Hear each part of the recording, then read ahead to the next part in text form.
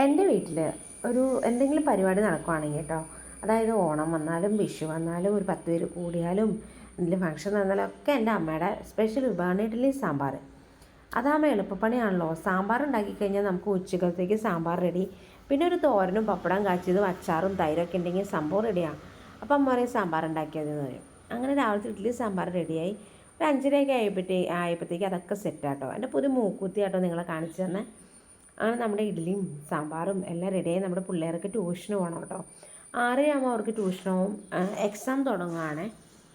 ഇത് പാറുവിൻ്റെ ഫ്രണ്ടാട്ടോ. അവൾ വീട്ടിൽ വന്ന് നിൽക്കുവാണേ. അങ്ങനെ അവർ രണ്ടുപേരും റെഡിയായി പോവാണ് കേട്ടോ. എനിക്ക് ടാറ്റയും ബയ്യോ ഒക്കെ തന്ന് അവർ രണ്ടുപേരും അവരെ പറഞ്ഞു വിട്ടിട്ട് ഞാൻ പോയി കുളിച്ചു. എനിക്ക് അമ്പലത്തിൽ പോകണമായിരുന്നു. അങ്ങനെ ഞാൻ വേഗം പോയി കുളിയൊക്കെ കഴിഞ്ഞ് റെഡിയായി നേരെ നമ്മുടെ പെരുമ്പാവൂർ അയ്യപ്പൻ്റെ അമ്പലത്തിൽ ചെന്നു.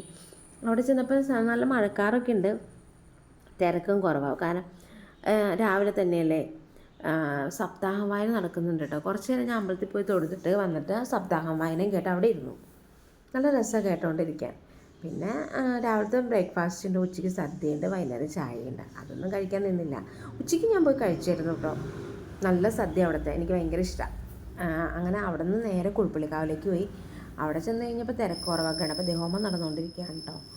അങ്ങനെ നമ്മുടെ അമ്പലത്തിൽ മഴ പെയ്ത് കഴിയുമ്പോൾ അവിടെ നിറച്ചും വെള്ളം വരും.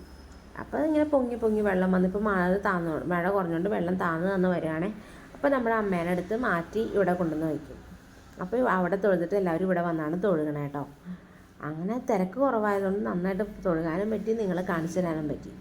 അവിടെയും പുഷ്പാഞ്ജലി കഴിച്ചിട്ട് നേരെ ഞാൻ എൻ്റെ വീട്ടിൽ പോയി. കാരണം ചിറ്റപ്പനെല്ലാം വന്ന് നിൽക്കുന്നുണ്ടായിരുന്നു. ചെറിയൊരു പരിപാടി ഉണ്ട് കേട്ടോ. അപ്പോൾ ചാനൽ ഇഷ്ടപ്പെടുകയാണെങ്കിൽ സബ്സ്ക്രൈബ് ചെയ്യണം.